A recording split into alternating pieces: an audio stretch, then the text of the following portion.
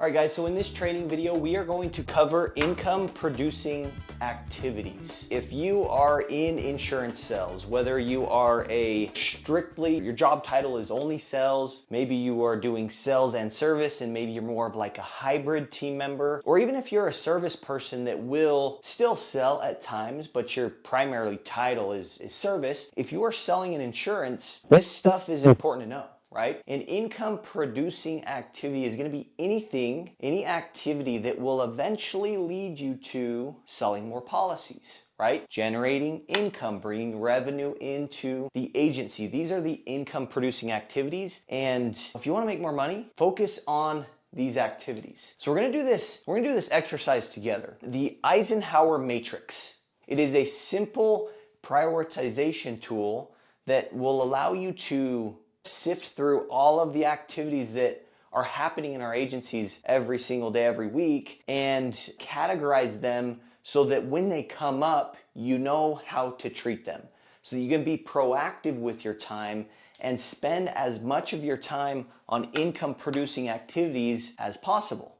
And as we go throughout this, I want you to think about your role. What is your role in the agency? Again, you could be strictly sales. That's all you do, and you're doing a lot of outbound sales. Maybe you're a hybrid sales and service team member. This is going to be very important for you hybrid team members. It's important for everyone, but you hybrid team members, you're juggling a lot of service work with income producing activities. And if you're a service person, just understanding this and understanding where revenue is generated and what activities that is in will help you be able to be a team player. Help you keep a lot of the stuff that's just taking away time from our salespeople.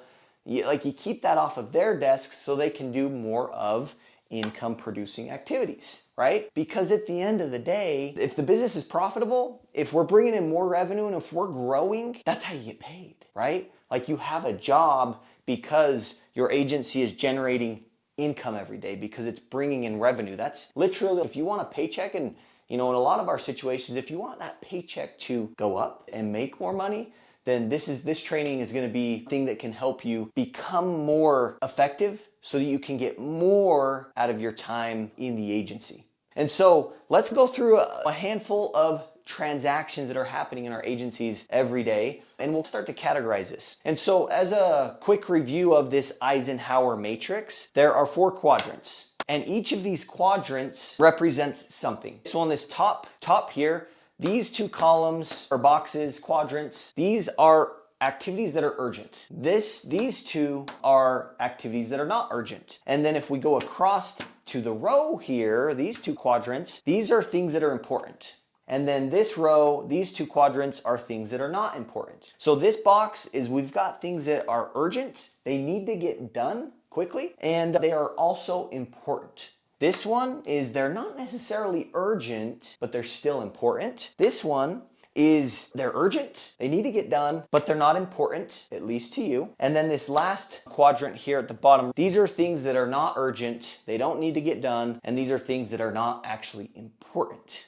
And these things that are urgent and important, these are things that we want to do, and we want to do them quickly. These other things that are not urgent, but they're still important, these are things that we might want to schedule. I'm going to write these down. So do, schedule. Things that are not important and urgent, these are things that we could probably do what's called delegate. And the things that are not urgent and they're not important, these are things that we want to essentially just delete. So let's go through a handful of transactions that happen in our agencies, and let's just do this exercise together. I would encourage you to just go Google the Eisenhower matrix. You'll see this to make it more visual and help you understand it more. But Google the Eisenhower matrix and do this activity with your specific role. Now, as we go throughout this and these everyday transactions, I want you to think about your role. Don't think about the salesperson's role or the hybrid person's role. Think about your role. And so let's talk about a payment. And for this example, although I say think about your role, I am going to assume that this is for a hybrid sales and service team member, because that was a team member that I was for 6 years. And I think that the majority of us listening to this, there's an element where we can consider ourselves a hybrid sales and service team member. And so let's go through these things. So an inbound call for someone that is going to be making a payment. So they're a current customer. Where would we put a payment here? As a hybrid sales service team member, here's what I did. Payment for me, those inbound calls, I'm probably taking them, so I'm just gonna do them, right? It's urgent, it's important, and the reason I say that it's important for me is because I get to talk to someone. I don't have to call on a list or on these leads and just hope that people pick up. I get a human on the other end of that line, and so I'm going to take that payment, but I'm gonna take it with the frame of how can I take the payment but also find an opportunity for myself? How can I take the payment, create an opportunity for myself? So that's where I'd put payment. An address change. For me, as a hybrid sales service team member, I am probably going to do this as well. Why? Because same reason for a payment. I get to talk to someone. But what do we know with address changes? Sometimes, and this is state specific, this is area specific, but sometimes in my role as a team member, the address change can affect pricing. Even if it's within the same state, the address change can affect pricing. And so there might be an opportunity there where the customer's kind of already anticipating or expecting their bill to go up. Why don't I create an opportunity around that? Again, I don't have to call out to someone, they're calling me. How can I create an opportunity from an address change? And so as you'll notice as we go throughout a lot of these service tasks, in your mind they're like, nah, you know what, that's service, I wanna be selling. Stop thinking like that and think about getting people on the phone. If you to talk to someone, can't that be a sell too? I want you to be proactive with your thinking in that way. Filing a claim. As a hybrid sales service team member, I would honestly like to help them with those things. Because number one, it doesn't take me that long to get them connected, which I guess it's worth talking about that, right? If a customer calls into your office to file a claim, are you filing the claim for them or are you connecting them through to claims, right? For me, I would connect them through with claims, and so it wouldn't take that long. And so it's something that I would probably end up doing. But I also like to do them because it allowed me an opportunity to make sure that customer was taken care of. It allows me the opportunity to over deliver. So I know that when I over deliver, number one, we're taking care of them in the way that we promised them when they, signed up with us, right? So it builds some trust with us. But number two, it's going to set me up beautifully for an opportunity when I call and follow up and make sure that everything's going smoothly. It just gives me an excuse to build trust with them. So that's why I like that. Now, if your office, if you guys in part of your process is to actually call and file the claim with the customer or for them, maybe if you're a hybrid sales service team member, maybe you delegate that to a service person. Maybe you have them call in and file the claim. So it's not taking up a ton of your time, right? But then you can still be proactive and create an opportunity from that when you call them back to follow up, right? You could be the contact for them if you've got your service person on the phone actually doing all of the kind of the brunt work that takes all the time, and you can still be proactive with that opportunity. Added car I'm also going to do because they're expecting their bill to change. So I can create other opportunities, and it goes with human behavior instead of me going against it. It just seems to be a low-hanging fruit opportunity for me to create more value for the customer, solve more needs, right? And I've got less going against me. That's also added business, and that's why I'm gonna do that one. What about removing a car? Obviously, it's not gonna take that long, so again, here, I'm gonna do it. Now, I want you to think about that, right? Yeah, that's just strictly service, and premium's actually leaving the agency. I want you to think about that premium leaving the agency. Is there anything that you could do to be proactive with someone calling in to remove a car or just remove a policy in general? Is there anything you can do to be proactive with that premium that's leaving the agency to maybe create an opportunity for yourself to sell a policy?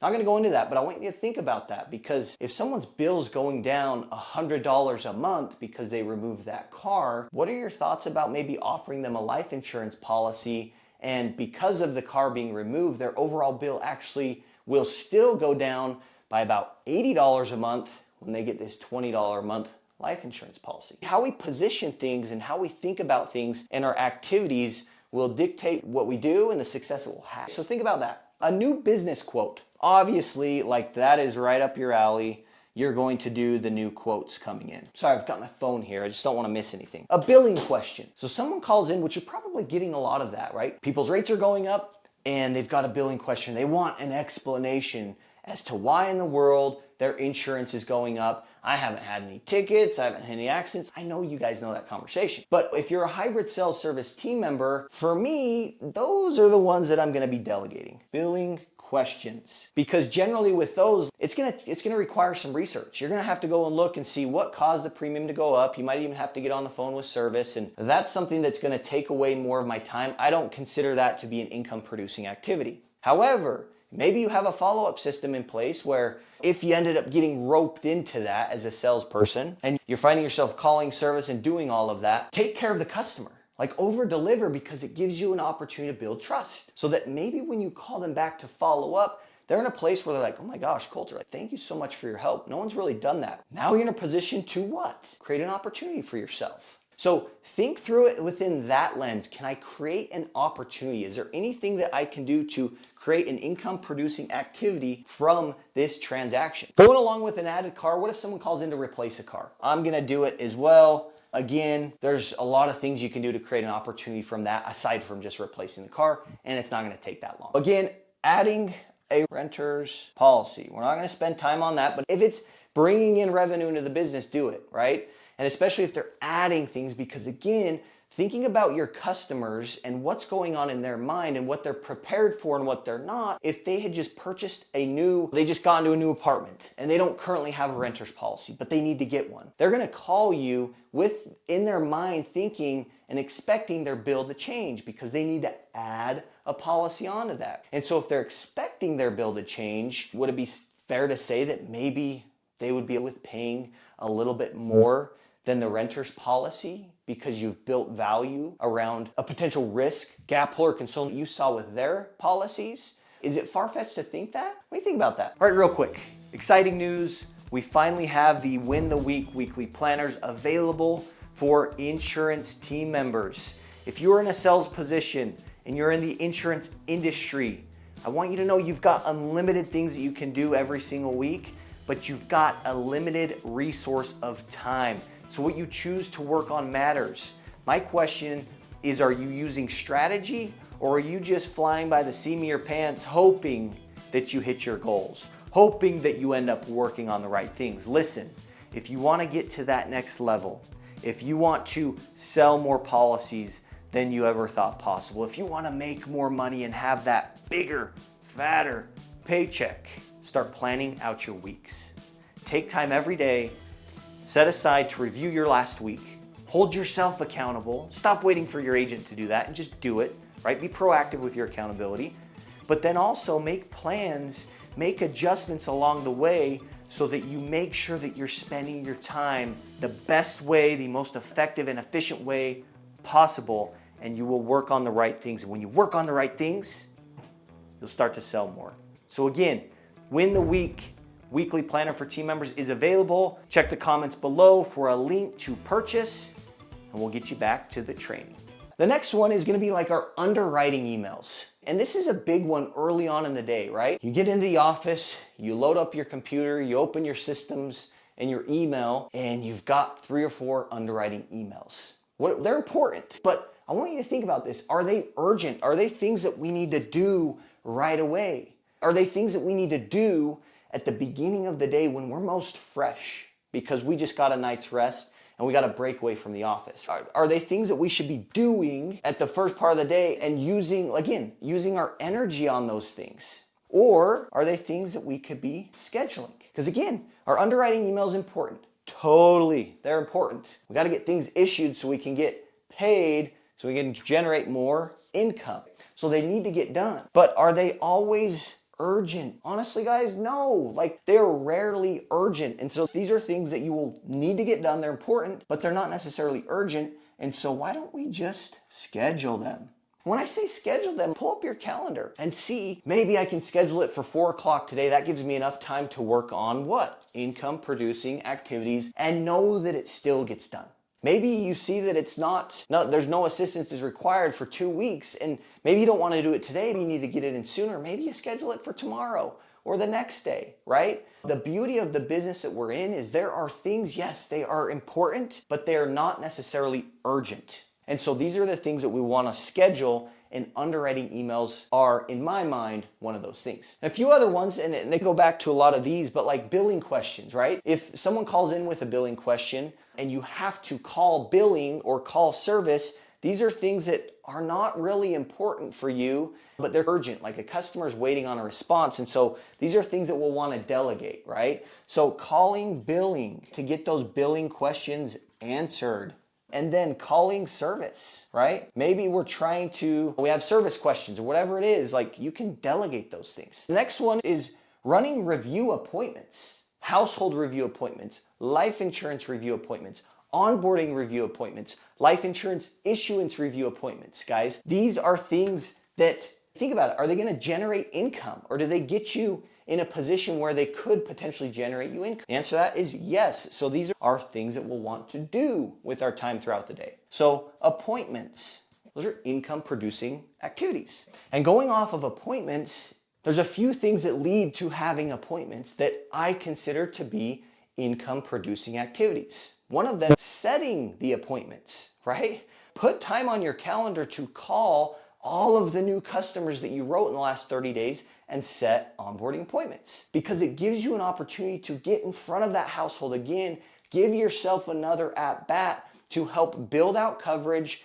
help solve some other immediate needs, and fill in gaps, holes, or concerns in their policies. So setting the appointment is important. Reminding the customer about the appointment is also an income producing activity, right? Send reminder text. I like to send them a day before and then the morning of. So you got to remind them, because if you set the appointment but they don't show up, I mean, it's not doing you any good. So those are things that lead to running and holding the actual appointment, which again, those are things that you're going to do throughout your day that are going to lead you to more income producing activities. Here's another one that I know all of you are doing throughout the day. And if you're like, Colter, I'm not doing that, I don't know if I believe you here. But here's another activity that we find ourselves doing every day. And it's in between calls, it's when we need a break or whatever it is, it's looking at this bad boy, right? Our phones.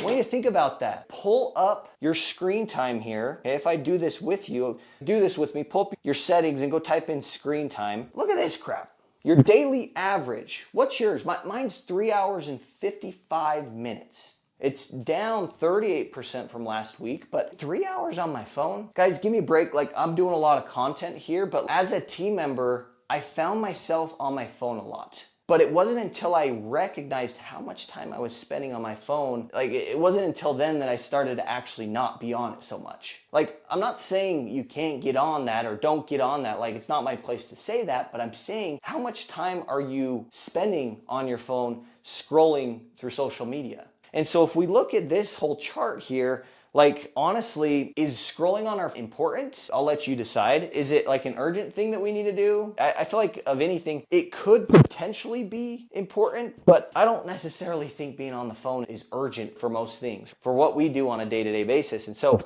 honestly, like on phone use could probably be something that you could delete, but also if it helps you reset and it helps give you a break, schedule it in, right? Schedule your phone use in so you can take a break for 5, 10, 15 minutes, a couple times a day to just reset. I think that's it. But what I think starts to limit us is when we're on that thing like all day, right? I hear the excuse of, I don't have time in my day to sell more because I'm doing all this service. If you found yourself giving that excuse, check your phone use. Check your phone use. Maybe start there and reframe it for yourself that, you know what? I'm not necessarily too busy. I'm just doing stuff that maybe I shouldn't be doing. And if I stop doing it all the way or even just a piece, how much time do I get back during that day? The next thing is like taking breaks. I would agree that I don't know that it's ever really urgent, but I do think it's important. So again, why don't we schedule in some breaks? There might be some of you that you're taking this way too far and like you're taking breaks way too often. And so maybe there's some breaks that you're taking throughout the day that maybe you can get rid of and stop doing. You can delete so you can find more time to work on what? Income producing activities. Because the more income producing activities that we do, the more money that we make. And the more money that we make, the more freedom we have to do what we want, with who we want, when we want, right? Interesting. Next one is lunch, right? And again, I'm just speaking from my experience here and how I operate, but guys, my lunches were pretty short. There were times where I would maybe even have a 10-minute lunch. And I'm not saying to do that. Take time for yourself by all means, but maybe your lunches are going a little too long, right? Maybe you need to schedule it a little bit better so you're not taking more time than you need, right? And maybe if you're like, you know what, an hour is honestly just, it's like too much. You don't have to take the full hour, take 45 minutes, take 30 minutes, right? But again, it's just make sure that you're setting up your day in a way where you can work effectively so you can work on the income producing activities. Like maybe some of you are just, again, taking a little bit too long of a lunch. Just schedule it so you can be more concise with that if you need to find more time. And then the next two I want to add in here is training. Interesting, right? Training, does it produce income right away? No. But does it have the potential to produce income in a way that like totally explodes? Yes. Does it produce income in a way that it's like you're going to be able to get for what you're putting in? Yes. Training is important. I believe training is absolutely important. So it's not going to fall in either of these two categories. Guys, it's not necessarily urgent, so I think we schedule it. Now, if you're part of a training program and you know that they meet every single Wednesday and Friday at 10 a.m. Mountain Time, wouldn't you want to just freaking schedule this thing in on your calendar and then work around it? Like the training piece, like if you want to be a top producer and you want to do more than the average team member and create the income, create the life that you know that you want and you're capable of, train. And don't ever stop training. Training isn't something that we did, it's something that we do. The top producers, the best of the best in insurance sales or in life, they always set aside time to train. They are always training. They're always trying to find ways to get a little bit better, to sharpen their skills. Training is absolutely important, but just schedule it. Just make sure it gets done. The last piece is accountability. I think, again, accountability is super important. Maybe you have a setup to where every day at the end of the day, you send your office manager an email of the things that you did and how close you were to hitting your activity goals for the day or whatever it is, right? Accountability is important, but again, it's not necessarily like an urgent thing. And so just make sure that you're scheduling in your accountability, right? In your team meetings, is that where it happens or is it happen at the end of every day? Like just decide when to have something in place to where there's some sort of accountability for yourself. I would be proactive with yourself. Stop waiting for your agent or your office manager to come and ask you how you did. Just go proactively tell them how you did. It becomes a lot easier and it's like a better vibe. But for the agency accountability and where we're at with promotions and where we're at with numbers for the year, like when is that happening? Because it's important, it's very important. If team members and agents, like if we want to win at something, we need to know how to win, which means we need to know where we're at and where we want to go, right? That's how we win. We need to know the score and we need to keep that score top of mind. And so that's what I mean by accountability. It's important, that needs to happen, but is it necessarily urgent? No, but because it's important, but it's not urgent, why don't we just schedule it? Make it part of what we do. And so, guys, I hope this is helpful. Going through a handful of different everyday transactions that happen in the agency and categorizing them. And my hope is that you can look through the lens, if you're in a sales position, look through the lens of, can I create an opportunity from this interaction with my customer? But also, like, how long is it going to take? Is it going to take me a long time because it's a big billing question to create that opportunity? Or is it something that can happen fairly quickly and will allow me to create an opportunity from that? I think both of those things are important, but when you look at your day through the lens of, does this bring in income for me and the agency, it allows you to sift through and just be strategic with your time.